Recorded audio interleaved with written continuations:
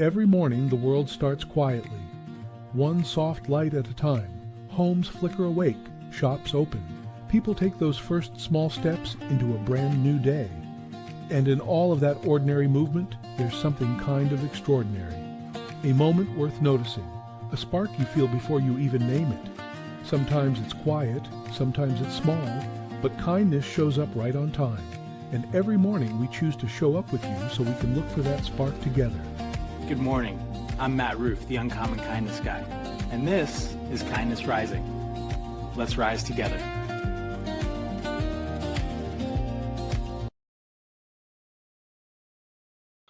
Let us rise together. Good morning, good morning, good morning, everyone. Welcome to Kindness Rising, your morning dose of hope, humanity, and heart. Starting another week with positivity, growth, rising above the usual noise that's out there. If you're out there in the chat, please come join us. Say hello in the comments, just like Mike Sullivan, future life coach, just did. I am glad you were here, Mike Sullivan, every weekday morning, 7:30 a.m. Eastern, as we get up and get after it with a little hope, humanity, and heart, and today even a little bit of music sometimes. There we go. We're rocking into a Monday with the Kindness Rising theme as we talk about what we're going to talk about. And what we're talking about today and all week long is continuing the conversation from last week about cycle stages, and cycles and stages. That's it. That's what I'm talking about. Cycle and stages, because the question is, what if the biggest mistake leaders make is not recognizing what stage they're in?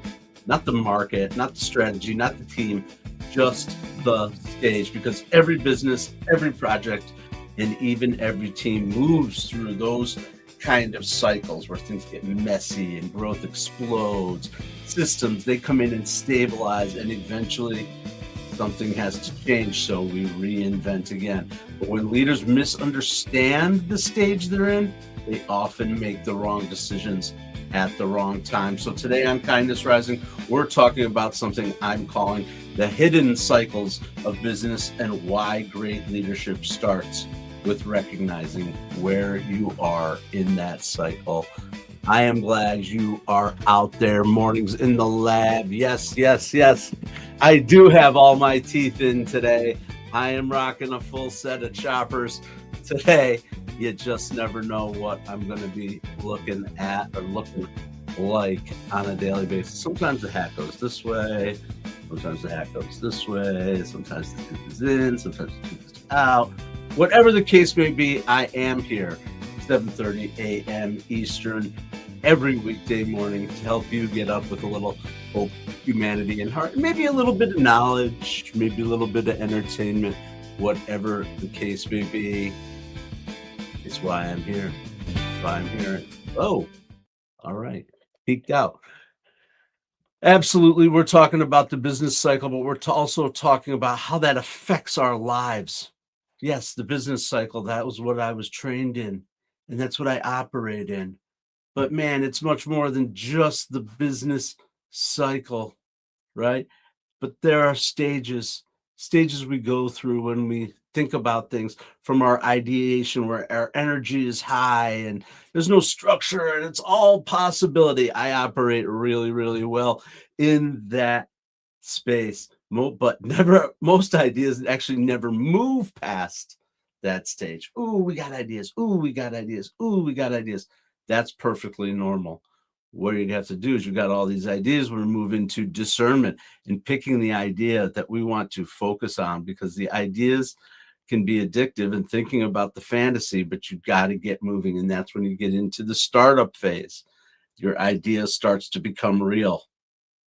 You're building something tangible, something you can feel, something you can talk about and people understand, but the resources are limited and roles are unclear. and progress that often feels chaotic, up, down, all over the place. Which way are we going? We're going this way today. Okay, what are we going today? Okay, boom.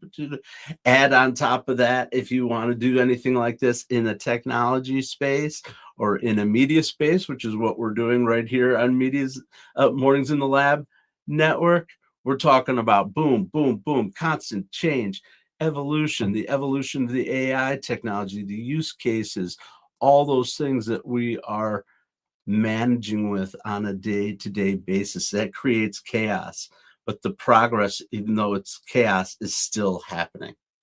And it's definitely not failure. It's just part of the process. It's simply the reality of building something new. Then you move into growth, right? That switch from that chaos to growth, where customers start to appear and momentum builds and revenue increases, is awesome. Awesome. But it also creates pressure, super amounts of pressure. Systems that work for the small organization, the single founder that's out there who I figured out this process, it works great. Now I've got to translate that. I've got to let other people do those things. And maybe those people, what worked well for me because I built on it, didn't necessarily work for everybody else. That's when those systems start to break and leadership evolves and processes mature, right? Then we're mature, right? So we worked through all this. This is a huge stage right here, this growth stage, right? It takes a long time, but eventually you reach the point where we're like, oh, wow, we're settling in here. We're becoming stable. We understand our rhythm. Our operations are efficient. Revenue is stabilizing, growing consistently, hopefully, not declining consistently. In some way, you've reached that stabilization, right? And that's where a lot of risk comes in for businesses too, especially businesses in a world that's moving fast, right? The risk of comfort. Organizations that stop questioning assumptions at this stage often drift towards decline. You've got to question it as you're looking at your organization going, are we stable? You got to be willing to get out of that comfort zone. That's the risk. It's just staying the same while everybody else is growing around you. And that leads to our final stage. You're either going to reinvent or you're going to decline. Markets change, technology evolves, customers are expectations shift, the world shifts around us. So organizations must innovate and begin the cycle again. Or die. I mean, that's what happens. Organizations die, or especially organizations that take their eye off of the future. The classic example, especially here in upstate New York, of course, is Kodak. That's the lesson that businesses learn when the rest of the world was investing in digital, Kodak was, nah, we're going to put our efforts into other areas. This digital thing, it's never gonna take over paper photography, optical photography, that kind of thing. So failure to keep up with those changes, comfort, investment in that led to their decline. And it's going to happen in other industries. It happens every single day. All right. Thanks. There's your business lesson for today. I hope everybody's enjoying MBA school with Matthew Rouff. Franklin Ford, I am glad you're here. You're going to, hi, you doing? Are you going to subscribe to the channel? I hope if you're out there and you decide to subscribe to the channel, you do that and will come back to me at 7:30 a.m. Eastern every weekday morning. It's my accountability to show up here for you every day, and I continue to be focused on doing that no matter what life brings. It helps me to get started every day, keeps me focused on something outside of myself, and I hope it helps you. I know it helps me with my momentum heading into the day. Please come join me 7:30 a.m. Eastern every weekday morning here on Kindness Rising as part of the Mornings in the Lab Live Network, the world's only, first, only, and best morning network to help you get up and get after it. with hosts like Keith Billis and John Anderson and Cheryl Raphael Whitaker and Jason Hewlett and Brianna Bass and a host of other characters, and especially all of the people behind the scenes like Melissa and Jimmy and the rest of the whole crew that's out there helping us to get up and get after it every single day. The changes are coming fast and furious. Check us out on Mornings in the Lab. Check out the network page. Go visit the studio. Bounce around. See what we're building. It's absolutely amazing and a first of its kind in streaming world. Stick with us, please. Subscribe to the channels. That's the best thing you can do. Keep coming back here. I'm here to build a community and to establish a routine for myself, which I've done going on 8 months now.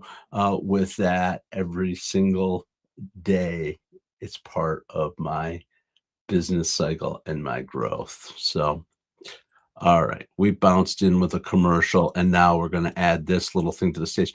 Can you guys even see that? I've never done a Word document. It might look a little goofy. I'm not excited about that. Anyway, we're going to be talking about business cycles and stages. Yep, we're back to MBA with Professor Matthew Rouff. No, I'm just kidding. It's important. It's important, and it's setting up the whole week for us, actually, as I try to figure out how to find the dang thing, because you know, it's part of the game. Looks like maybe you can actually see that now. Okay, I'm hoping you can. If you can't, I apologize. Just listen along. It's on the screen. I just don't know if it's visible. I literally created this at less than an hour, a little over an hour ago, 6:30 this morning. Just thinking, how can I create a visual to go with what I want to talk about? Basic Word table. Anyway, that's it. That is it. So there it is, the leadership grid. I want to show you this simple way to think about this. Right across the top of the grid are the stages of the business cycle: ideation, startup, growth, maturity, reinvention, and then down the sides are the different dimensions and changes at each stage. The objective of the organization, the type of people who might thrive in there, the leadership mindset required, and of course our connection to the 6 strings. And what's important about this is not that we talk about each word. You might want to think about that, but as we think about it, it's the fact that the mindset, the people, the investments that work in one stage often don't work in the next. You can't expect mature systems to work in a startup mentality without a significant investment, and it's going to take time, right, to move a mature ship, or expecting a startup with creativity and all this to have perfect systems in place where things don't leak through, because that's just not the way the stages work. What's important is knowing which stage you are in and what to expect so that you can assess those risks, evaluate them, and make a decision to minimize those and continue to grow. It's about recognition and awareness to align the right strengths of your organization, of your people to that moment. That's the leadership lesson of the grid. And we're going to talk about perhaps each one, not perhaps, it's my intention to talk about each one of these stages in specific throughout the week as we build an entire, I guess it's a lesson. It's a lesson. It's fine. I'm remembering this lesson. I hope it's helping people to understand it and apply it outside of business too. Remembering where people's mindsets are and where you're operating from, the context within your operational system, within your head, within your world, in your family, wherever you might be, right? That's what's important. Knowing which stage you're in, where to invest your resources, what mindset is required, and questioning that and being self-aware. And of course, which one of those 6 strings that we talk about here on Kindness Rising matter most. Thanks for joining here on Kindness Rising. I hope you continue to join us. Get involved in the chat. I see you out there. Why aren't you saying hello? I'm Matt. I'm from New York. I come here every weekday morning, 7:30 a.m. to get you up with a little hope, humanity, and heart on the Mornings in the Lab Network, the world's first, only, and best live streaming morning network to get you up and get after it every single day. Every single day. Say hello, subscribe to the channel. If you're watching after the fact, subscribe to the channel and come join us live. The point is that we go live. We go live every day. We go live to show you exactly how we lead with our authenticity and our trust and our experience. Ginger Jerry, Jerry Ginger, Jerry Ginger, Ginger Jerry. Good to see you again. Them lab guys are a strange buzz. Yep. You can't resolve my kindness and their hype. All right, Jerry. Well, that's the whole point, actually. Thank you for recognizing it, Jerry. Appreciate it. Absolutely. There is a lot of differences.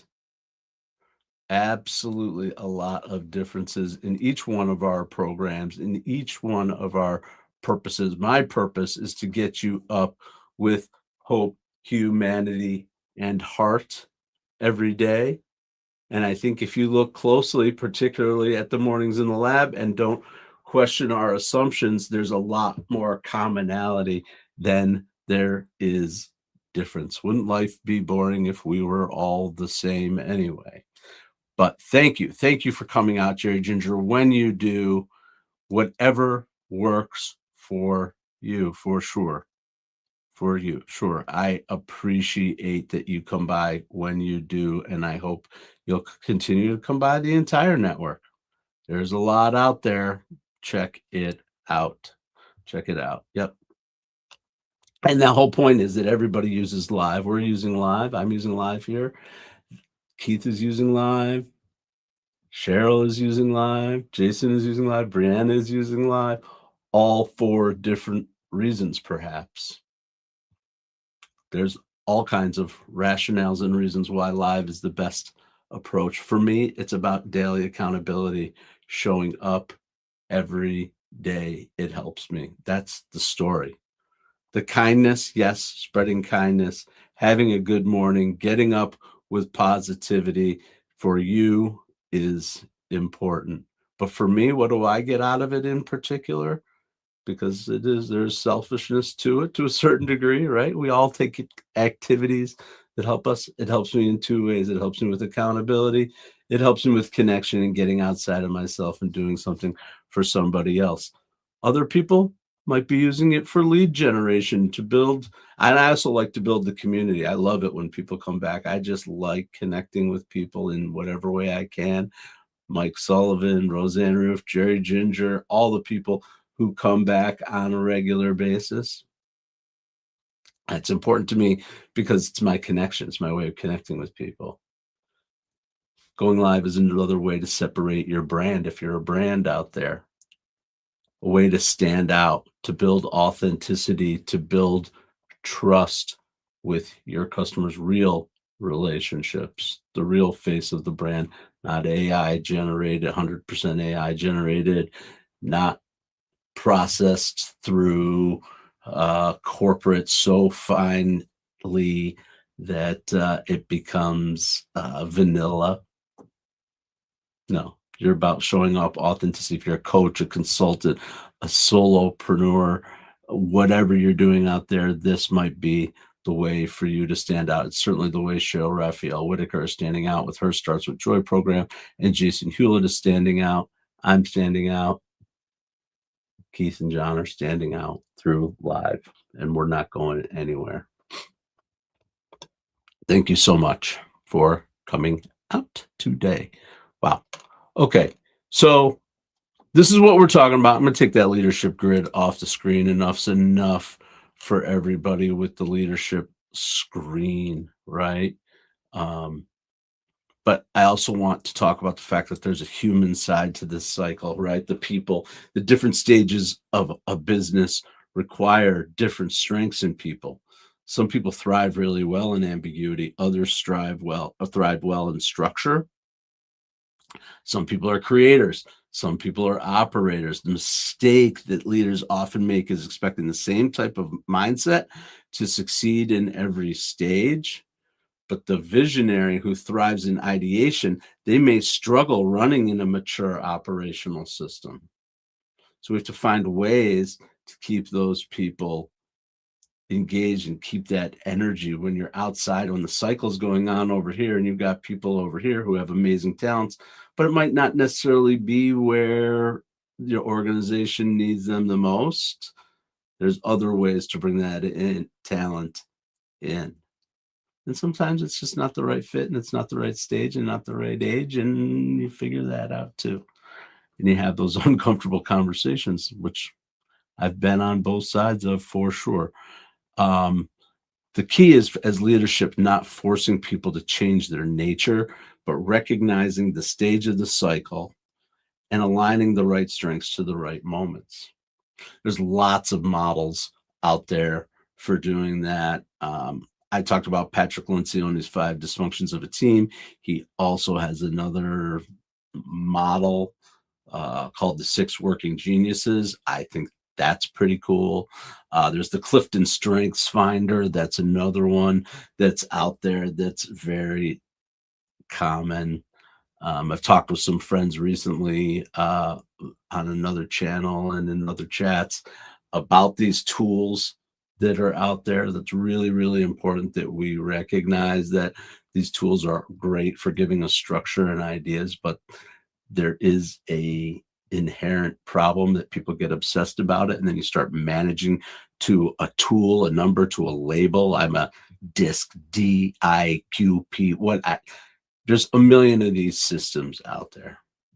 The key is to be system aware, but being tied and so rigid to the system that it can't have any flex will not lead to positive collaboration and growth. I've been on that side of it where I've taken those systems and been like, okay, we're going to apply these with discipline and rigor, deep, blah, blah, blah, and forget about the fact that people are human and they have many facets and all that kind of thing. That's not the way we want to lead. We want to take these systems and use them for context. And that's what I do when I'm leading. Absolutely, Jerry Ginger. I love that. Absolutely, Jerry. Please keep coming back and say hello. I didn't know you had a channel, Jerry Ginger. Maybe I need to check that out. I like to support people who are trying new things. Absolutely. Jerry Ginger, you can bet I'm going to be checking you out. Drop the link if you want, or whatever you want to do to promote a channel, especially if your motto is be kind and going live. We can talk about that. Absolutely. Absolutely. All right. So we talked about the human side. We talked about We're going to be getting into this idea, the leadership model, the human side of the leadership model, the kindness side of the leadership model as well. As I try to add it back to the stage. Again, this is my, okay, I got to come up with a quick visual. Maybe I'll work on it a little bit. It'll become a work in progress. You can see it evolve. I hope it's informational as we start to think about different stages of business and leadership. That's what this week is going to be about. Some weeks I talk about emotional intelligence.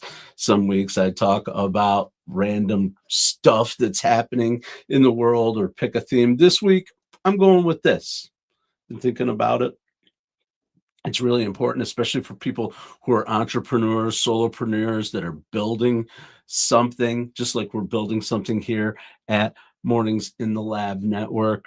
I think it's really important. I hope that it's of interest to people, and I'm trying to connect it back to that human side as much as I can, because I will tell you, after I've been through, I have a master's degree. I've been through these kinds of discussions before, and rarely do those people talk about, I don't remember, at least I don't remember talking about what the impact is on the human, right? We know the stage, we understand, but the true impact on the human who's operating within that system and using our knowledge and our understanding of where we are in the system to find the right resources, the right people, the right tools, the right systems, the right software based on where we are in our process.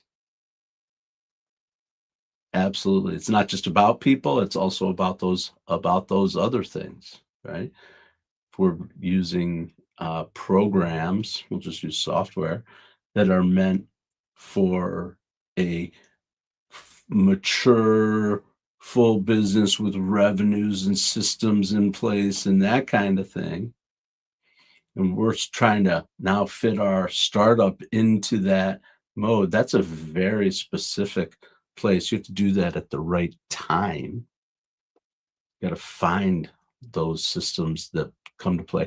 Which AI tools are you using? Sure, AI is going to be used at each one of these cycles, guaranteed, just like the internet is used at each one of these stages of the cycle, just like pen and paper is used at one of these, just like a camera is used, whatever it is, a tool to use in each of the cycles. Which ones of those tools? How are you using those tools to match where you are and what the real objective is? So that's what we're going to do this week. It's going to be just a little bit different. I think it's really important, though, as we start to establish and discuss leadership concepts here on Kindness Rising. We're going to balance that with that emotional intelligence and men's mental health and all the good organizations out there doing good work for good people. All the balance. It's all part of the program. Absolutely. All right. Well, I thank you all for coming in and saying hello to us. Absolutely. Jerry Ginger, welcome back. Come on in, come hang out. We'll talk about your channel, whatever the case may be. But here's today's kindness call. Maybe you want to have a conversation with someone and just start exploring that within your business, within your group. What stage are we in? Are we in startup? Are we in maturity? Are we in growth? It doesn't even have to be in your business. Think about it in your life and just have the conversation. Sometimes that can spark ideas. Because success rarely moves in straight lines. It unfolds through cycles as ideas emerge and organizations grow and stability arrives, and eventually something must change. So the leaders who navigate those moments well are the ones who recognize the patterns early, because when you see the cycle clearly, you stop reacting with panic and you start leading with the right perspective. Thanks for joining me here on Kindness Rising. Come on back, 7:30 a.m. Eastern tomorrow morning. Subscribe to this channel. Get on over to Mornings in the Lab with Keith, John, Friends, as Jerry Ginger said, with a little bit of a different vibe over there, the adult-rated version of what's going on out there. But I think if you stick around, you'll see exactly what's underneath that, which is the same kind of hope, humanity, heart, and goodwill towards people that exists here on Kindness Rising. It exists all over the Mornings in the Lab network, including here with Cheryl and on It Starts With Joy and the Jason Hewlett Show and Mornings in the Lab network, the whole team and the shows that are coming up ahead that are all about helping you get up and get after it every morning. So come on back, 7:30 a.m. Eastern tomorrow morning. And until then, stay uncommon and stay kind. What if your mornings could be inspiring and ridiculously fun? Kindness Rising isn't just a show, it's a full wake-up vibe. It's freaking fun, people. Yeah, man, it's got real get-after-it energy. I love it. Wake up with Kindness Rising. I help purpose-driven people grow their impact. 5-ingredient recipe to help you build your personal brand. Get out there and take kind action. If it's live, they'll feel it. On Kindness Rising, we bring you proven strategies and fresh ideas you can actually use. If you're not failing, you're not trying. Exactly. Fail fast, rebound faster. You'll see the bloopers and the genuine connections that make kindness contagious. We sometimes get into a little bit of trouble. Pretty much my life made the list. You can trust what you see right here is honest, respectful, and uplifting. Social impact organizations, and we always talk about them. Try kindness. It's way cheaper than therapy. You just made my day.